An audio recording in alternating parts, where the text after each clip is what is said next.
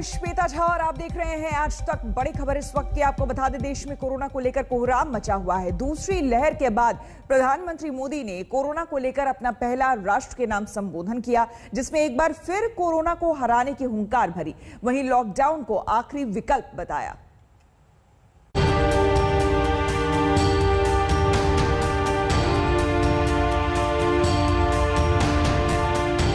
दवाई भी कड़ाई भी, इस मंत्र को कभी भी भूलना नहीं है।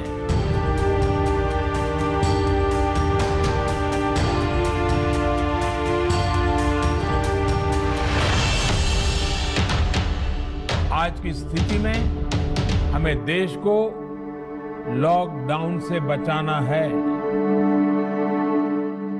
आखिर कैसे कोरोना पर काबू पाएगा हिंदुस्तान?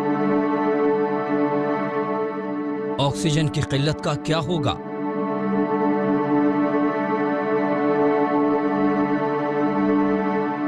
अस्पतालों में कब मिलेंगे सबको बेड?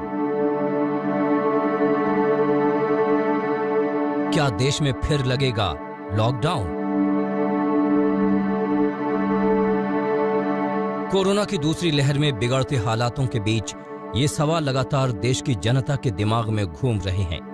ऐसे में दूसरी लहर के बाद पहली बार प्रधानमंत्री नरेंद्र मोदी ने कोरोना पर राष्ट्र को संबोधित किया और हर सवाल का जवाब देने की कोशिश की। पीएम मोदी ने साफ किया कि लॉकडाउन आखिरी विकल्प है।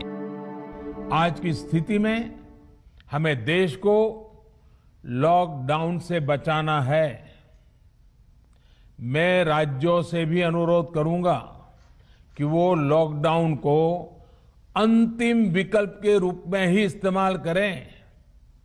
लॉकडाउन से बचने की भरपूर कोशिश करनी है और माइक्रो कंटेनमेंट जोन पर ही ध्यान केंद्रित करना है।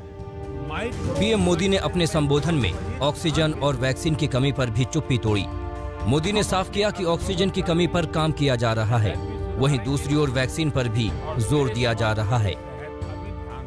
ऑक्सीजन प्रोडक्शन और सप्लाई को बढ़ाने के लिए भी कई स्तरों पर उपाय किए जा रहे हैं।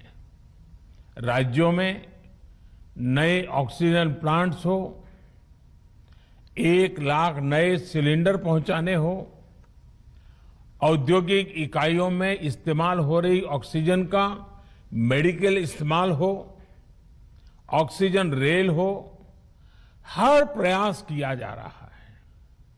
2 मेड इन इंडिया वैक्सीन के साथ दुनिया का सबसे बड़ा टीकाकरण अभियान शुरू कर पाया।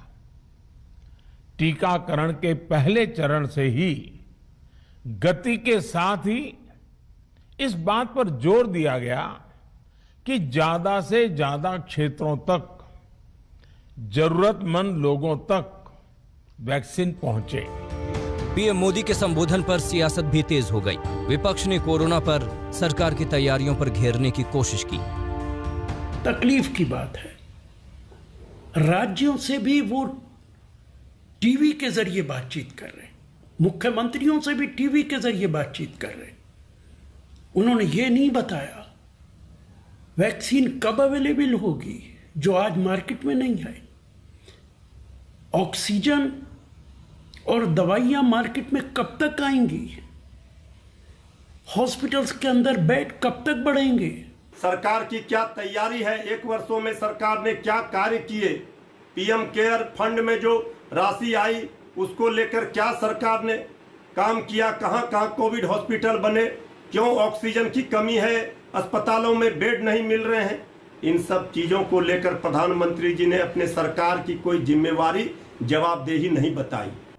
बहरहाल देश में कोरोना की रफ्तार थमने का नाम नहीं ले रही और लगातार बढ़ती समस्याओं पर काबू पाना सरकार के सामने बड़ी चुनौती बना हुआ है। आज तक ब्यूरो। नमस्कार, मैं हूं अंजना ओम कश्यप। हमें उम्मीद है ये वीडियो आपको पसंद आया होगा। लेटेस्ट खबरों के लिए यूं ही देखते रहिए आज तक और इस वीडियो के पसंद आने पर लाइक, शेयर एंड सब्सक्राइब करना ना भूलें।